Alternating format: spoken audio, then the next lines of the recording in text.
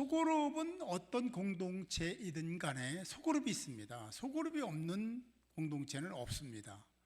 특별히 교회는 소그룹이 많죠. 우리 교회도 소그룹이 많이 있습니다. 소그룹이 중요하다는 얘기는 우리 여러분도 잘 알고 계시잖아요. 그런데 소그룹마다 평가가 달라. 어떤 소그룹은 저 소그룹 같이 하면 좋겠다라는 소그룹이 있는가 하면 저 소그룹은 참 걱정이 된다 하는 소그룹도 없지 않습니다. 아니, 우리 교회도 그래요. 왜 이런 현상이 나타나는 것일까? 같은 교회고 같은 담임 목사고 같은 성도들인데 어떤 소그룹은 그렇게 열심히 잘하는 모습이 보이고 어떤 소그룹은 나눔도 약하고 참여도 좀 줄어들면서 형식화되고 있는 것은 왜일까? 라는 것을 한 번쯤은 생각해 봐야 되지 않을까 하는 생각을 합니다. 소그룹 전체가 있는데 모든 소그룹이 다 다이내믹하게 될 수 있으면 얼마나 좋겠어요. 그런데 그렇지 못하는 것이 현실이니까. 그런데 우리가 분석은 해야 되잖아요. 왜 그럴까? 도대체 왜 그렇지? 하는 것은 우리가 한 번 정도 생각해 보아야 될 문제가 아닐까 하는 생각을 합니다. 성경은 소그룹이 그렇게 역동성 있고 다이내믹하게 되는 결정적 요소들을 설명을 하고 있습니다. 오늘 말씀에서도 있는데요. 그 말씀은 어떤 말씀이냐면 은사는 여러 가지나 성령은 같고, 할렐루야, 은사는 여러 가지입니다. 다양해요. 사람마다 달라요. 그것이 어느 정도냐에 따르면 더 많이 나눌 수가 있습니다. 그런데 성령은 같다. 성령은 같다. 오늘 핵심 가치가 여기에 있습니다. 성령은 같다. 다시 말하면 은사가 각 개인마다 적어도 몇십 개씩 있습니다. 개발 안 해서 그렇고 그게 은사인 줄 몰라서 그렇지. 다 있습니다.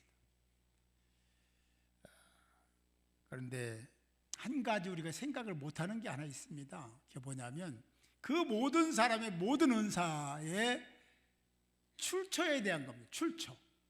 이게 어디서부터 오는 은사지? 라는 거. 그 출처에 대한 생각은 잘 안 하죠. 근데 오늘 성경은 그걸 가르쳐주고 있습니다. 뭐라고 가르쳐주고 있냐면 성령이라고. 출처가 성령이라고. 은사의 출처는 성령입니다. 같은 곳에서 다 온 거예요. 여러 다양한 은사들이 같은 성령 안에서 온 거예요. 할렐루야. 여러분, 고린도 교회 그러면 은사가 많은 교회 알고 계시죠? 은사가 많아. 하나님은 은사가 다른 교회보다 더 많았어요. 고린도 교회는 그런 교회였거든요. 그런데 문제가 하나 있었습니다. 그 문제는 뭐냐면 은사를 서열화했어. 더 크고 더 중요한 것이 있고 덜 중요한 것이 있다라는 거예요. 그러면서 그 은사가 개인 소유화됐다? 고린도 교회 그랬습니다. 기가 막힌 것은 그 은사를 가지고 싸웠다는 거예요. 네가 크니 내가 크니. 그러면서 은사를 가지고 다투었다라는 것은요, 참 신앙 안에 있으면서 있을 수 없는 일이 고린도 교회에서 벌어지고 있었다라는 것입니다. 바울은 그들의 그런 모습을 보면서 단호하고 엄격하게 차단하고 야단을 치죠. 고린도 교회에 은사가 많은 것이 은사가 많아서 다툰 거야 라고 생각하는, 그렇게 할 수도 있지만 전혀 그렇지 않죠. 자기 자신이 어떤 사람이라는 것을 드러내는 거. 내가 방언을 받았어. 방언 안 받은 사람들 앞에 내가 방언을 받았어. 내가 예언의 은사를 받았다니까. 은혜, 신유의 은사를 받았어. 이런 얘기를 가지고 서로 자기를 드러내기 시작했다. 그런데요, 교회에서 이런 일이 참 많습니다. 나만 하나님과 관계를 잘 맺고 있는 것처럼 착각하는 사람들이 있다라는 거예요. 대단히 잘못된 겁니다. 모든 사람이 다 소통하고 있습니다. 모든 사람이 관계는 맺고 있어요. 하나님 품 안에 있어요. 하나님 장중에 있어요. 근데 다만 그런 것처럼 착각을 해. 그러니까 자고해지고 교만하고 때로는 이상한 현상이 그에게 나타나는 경우들이 있더라는 것입니다. 그때도 그렇지만 지금도 그렇고 앞으로도 그럴 겁니다. 제가 예언컨대 더 많이 일어날 거예요. 그래요. 은사 논쟁에 대해서 바울의 처방 하나가 무엇인가를 우리 살펴볼 건데요. 잘 들으시고, 이제 여러분들은 십자가를 생각하며 주님의 고난을 생각하며 내가 어디에서 무엇을 해야 될지를 결정하는 여러분들이 될 수 있기를 주님의 이름으로 축복합니다. 바울의 처방은 아까도 말씀드린 대로 그럴 수가 없다라는 거예요. 아무리 생각해도 그럴 수가 없어. 하나님의 은사를 받은 사람들이 왜 싸워요? 하나님의 은혜로 주어진 은사들인데, 은사가 많은데 오히려 더 하나가 되고 단합이 되고 그리고 서로 사랑하고 위로하고 격려해야 되는데 왜 싸워? 거기에 인간성이 들어가는 겁니다. 자기 존재가 드러나야 되는 그 욕망들이 꿈틀거린 거예요.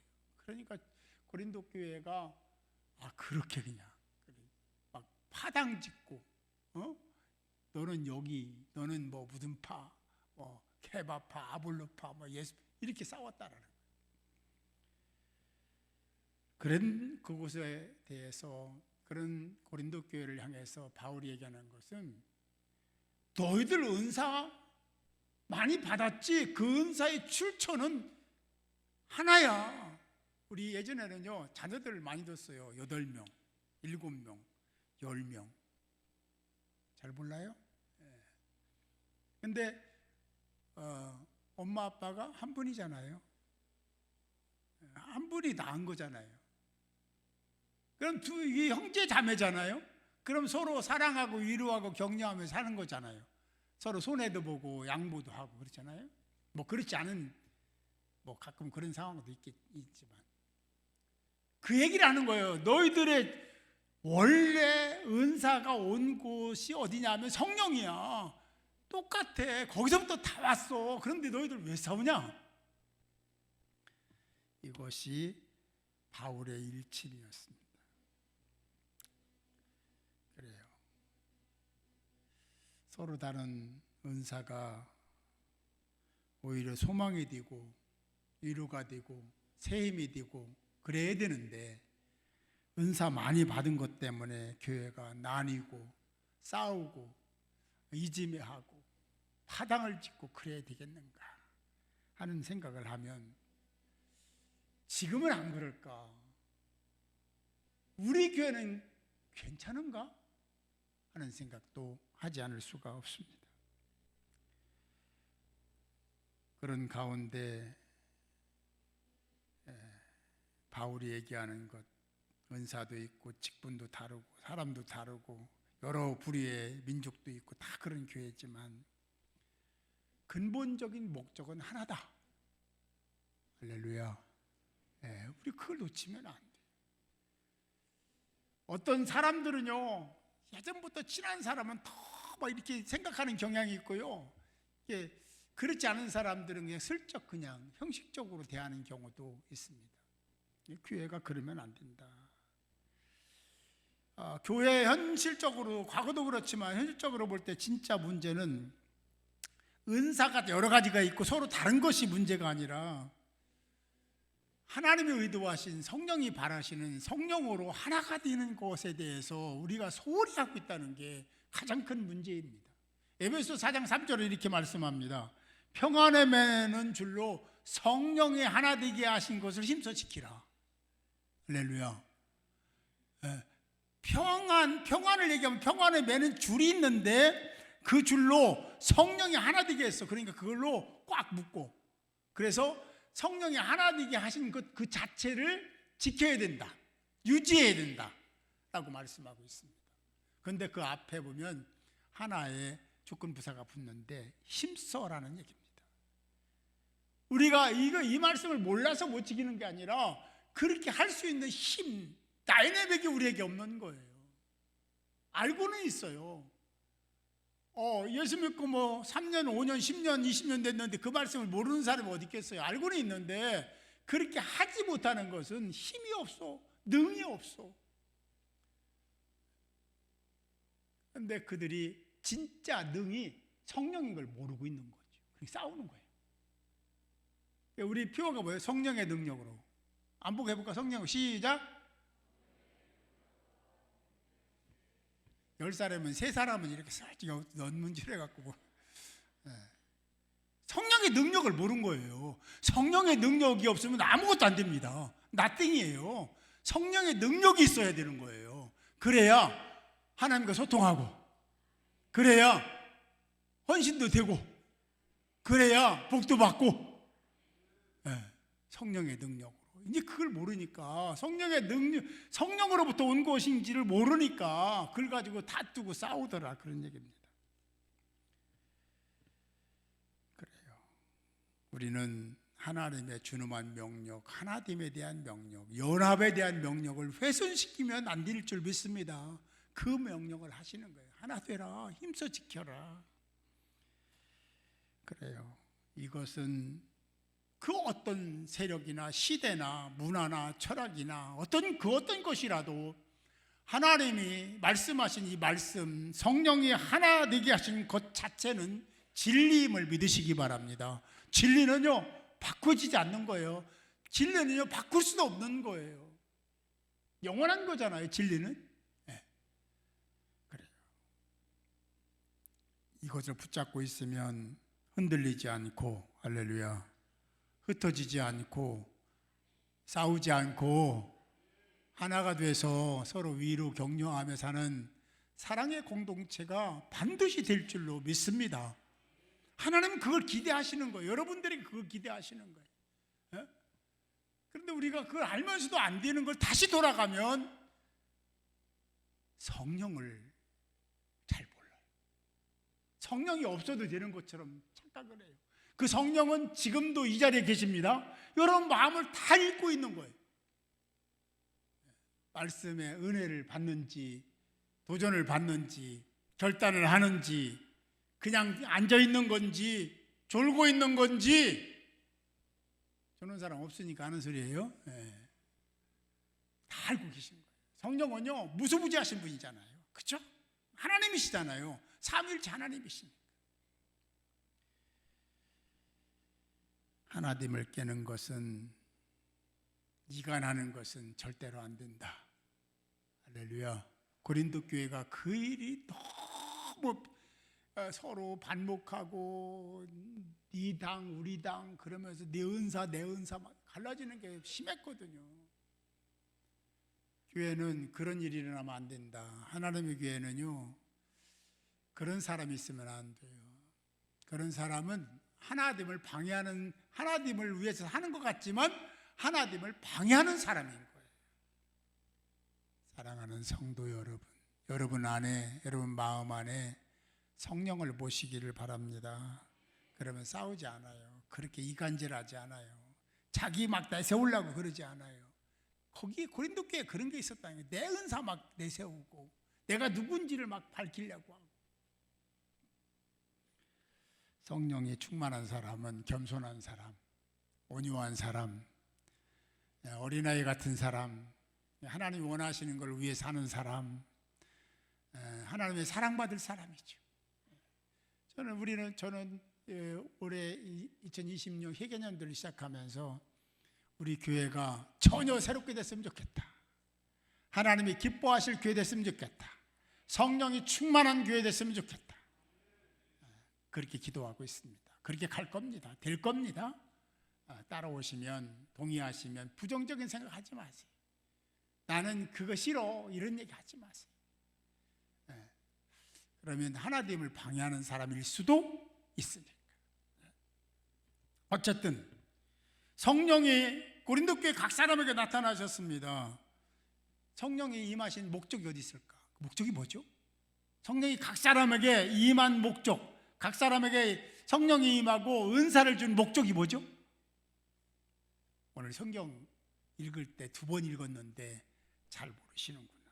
거기에 보면 유익이 되게 하려고. 할렐루야.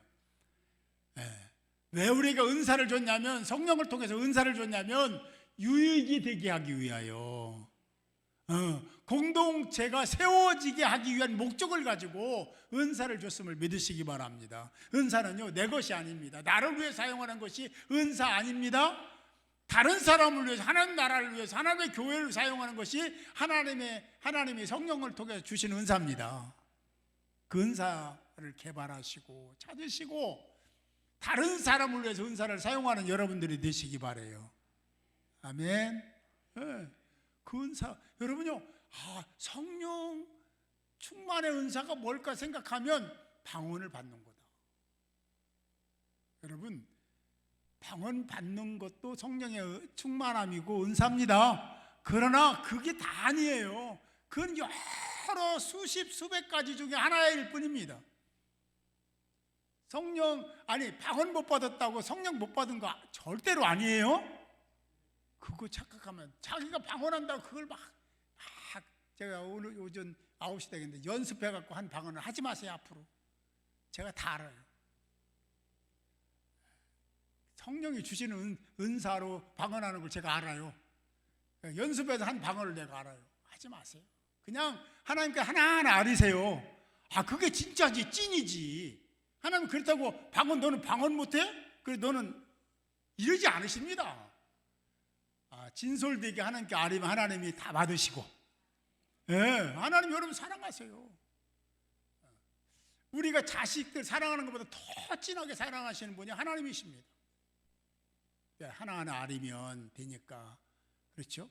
예언은 은사 못 받았다고, 신유의 은사 못 받았다고 하나님이 여러분들을 그렇게, 아니 왜냐하면 하나님이 여러분들에게 주신 선물이거든요. 근데 하나님 여러분들에게 합당하게 주신 선물들, 은사들이 많아요.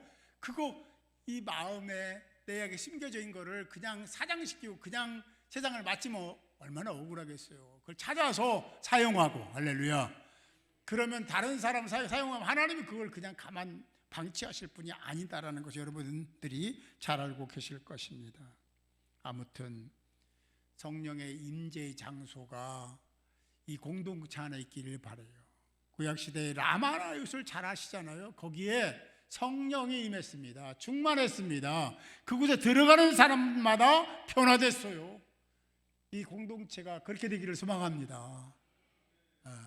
우리가 힘을 모아서 같이 열심히 가다 보면 어느 때인가는 역사가 일어나고, 그렇게 사는 사람들이 얼마나 행복한지가 보여질 것이고, 그리고 하나님을 찬양하는 성도들 공동체가 될 줄로 믿습니다. 우리가 다시 한번 말씀드리는데 꼭 기억해야 될 것 하나는, 우리가 존재하는 이유가, 목적이 나를 위해서가 아니라 다른 사람을 위한 거다. 아멘? 나를 위하는 존재는 내가 아니라 성령입니다. 하나님입니다. 주님이 여러분들을 위하실 거예요. 여러분들은 다른 사람을 위하고 다른 사람을 섬기고 하나님을 신앙하고 하나님과 관계를 맺고 소통하고, 그게 중요한 거예요. 내가 나를 위해서 내가 그렇게 열심히 해서 복 받는 게 아니에요. 하나님의 허락이 있어야 되는 거니까 그건 하나님께 다 맡기시기 바랍니다. 그리고 내가 할 일 열심히 하세요. 주 안에서 할 일이 많잖아요. 그러면 하나님은 여러분들을 그냥 투명인간 취급 안 하십니다. 여러분 곁에, 지금도 여러분 곁에 주님 계시고 여러분 마음에 성령님 계심을 믿으시기 바라요. 항상 그렇습니다. 어딜 가든지 똑같아요. 내가 화나 있어도 거기 계십니다. 내가 혹여 나쁜 짓을 해도 거기 계십니다. 그걸 우리가 예리하게, 예민하게 생각해야 되는 거예요. 소그룹 리더들, 이제 교회 리더들이 생각하는 영역이 있어요. 그래서 내가 주체가 되어야 된다라고 생각을 해요. 그게 틀린 말일까요? 내가 주체가 되어야 된다는 것이 틀린 말일까요? 틀리지 않습니다. 그런데 틀린 얘기입니다. 왜냐하면 모든 것의 주체는 나일 수가 없어. 우린 정직입니다. 우린 종인 거예요. 진짜 주체는 하나님이시고 주님이시고 성령님이심을 인정할 수 있기를 바랍니다. 그런 자가 사랑받는 거예요. 그런 자가 세워지는 거예요. 그런 자가 역할을 하는 거예요. 기능 제대로 하는 거지. 은사 사용하는 자가 그런 자입니다. 리더는 다시 말씀드리지만 사명을 위임받은 자다. 하나님으로부터 성령으로부터 위임받은 청직이다. 그게 바른 생각입니다. 그런 자는 당연히 주님이 주신 사명에 충실하고 헌신하고 기도하고, 이 시간에 제가 이렇게 설교하는데 고개를 숙인 이유는 어디 있을까? 졸린 거야. 졸지 마시고. 그래요. 다시 한번 이제 제가 알려드렸으니까 묻겠습니다. 신앙의 주체는 누굽니까? 그렇죠. 성령이십니다. 주님이십니다. 여러분 인생의 책임질, 여러분 인생과 가정을 책임질 자 누굽니까? 하나님이십니다.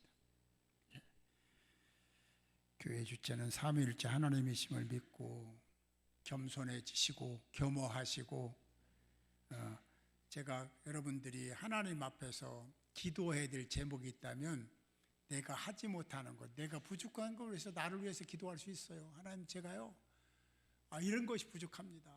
이런 걸 좀 채워주세요. 지혜가 부족합니다. 분별력이 부족합니다.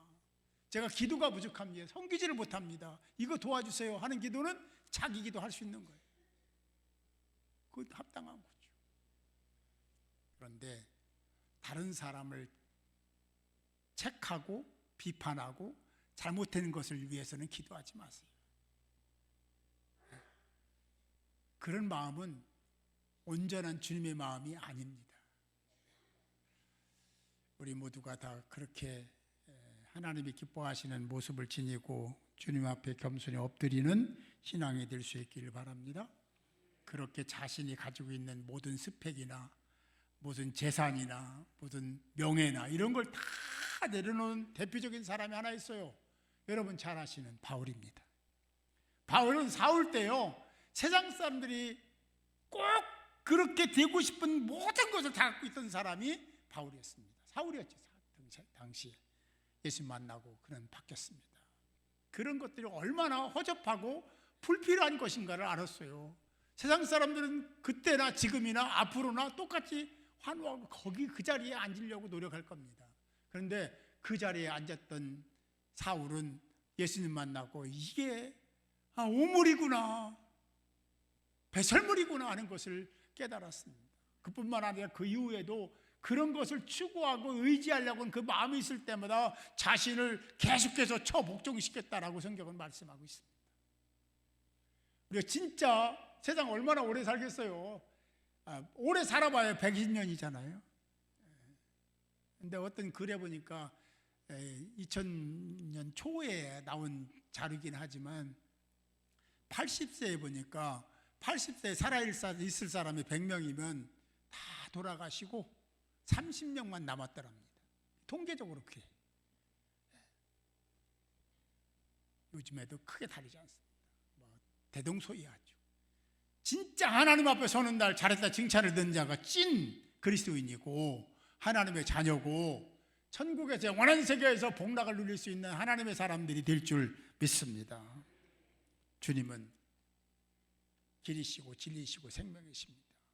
그래서 이 땅에 오셨고 십자가에서 비참하게 죽으신 거예요. 여러분, 나의 죄를 대신해서 그분이 희생되신 것이잖아요. 그래요. 우리는 그런 마음, 자세, 태도를 가지고 하나님이 주신 은사를 값지게 올곧게 사용하는 자가 되어야 하나님의 기쁨이 되고 하나님의 사랑을 받으며 사는 하나님의 백성들이 될 줄로 믿습니다. 모든 은사든 각 사람을 유익하게 하기 위해서 주셨다, 공동체를 세우기 위해서 주셨다는 것을 잊지 마시고 꼭 그렇게 살아가는 여러분들이 될 수 있기를 주님의 이름으로 축복합니다. 누가 성령을 배제시키겠습니까? 누가 하나님을 차단하겠습니까? 우리가 바른 신앙 정신을 갖고 있는 사람이라면 그렇게 하지 않을 겁니다. 그런데요, 그러지 않을 것 같은데, 그렇지 않아야 되는데 우리 스스로 성령을 배제시키고 성령을 멀리하고 하나님을 등지는 경우들이 많이 있다라는 것입니다. 자신의 유불리에 따라 자신의 유익이냐 아니냐, 목적에 합당하냐 합당하지 않느냐에 따라서 그런 사람들이 성도들 가운데 많이 있다라는 것입니다. 참 아픈 얘기죠. 진짜 성도, 거룩한 백성이라면 좀 다르고 부족해도 그 모든 것을 수용할 수 있는 그리스도의 마음을 지녀야 되고, 할렐루야, 그 마음으로 다른 사람을 사랑하고 섬기는 하나님의 사람들이 되어야 될 줄 믿습니다. 여러분 가만히 생각해 보세요. 나는 지금 정말로 성령에 이끌려서 신앙생활하고 그리고 인생 여정을 살고 있는가? 아니면 세상에 젖어서 세상 걸 가지고 막 살다가 주일날만 와서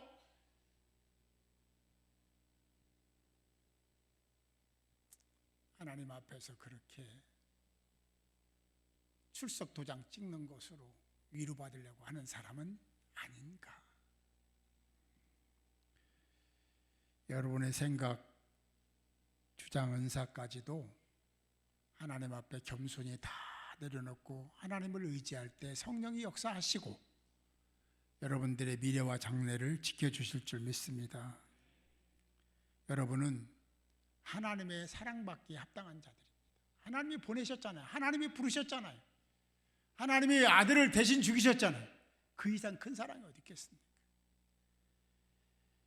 성령의 다이나믹을 경험하시고 내려놓은 만큼, 내어드린 만큼 하나님이 채워주심을 체험하는 복된 자들이 모두 되시기를 주님의 이름으로 축복합니다. 은사는 다양하나 성령 같습니다. 서로 다른 사람들이 아니에요. 하나님 앞에서 내 존재 마음 깊은 곳에 있는 성령의 역사하심을 따라서 나를 내려놓고 내 존재를 드릴 수 있는 복된 자가 돼서 하나님의 놀라운 사랑을 덧입고 2026년 내내, 우리는 시작됐으니까 내내 행복한 여러분들이 되시기를 주님의 이름으로 축복합니다.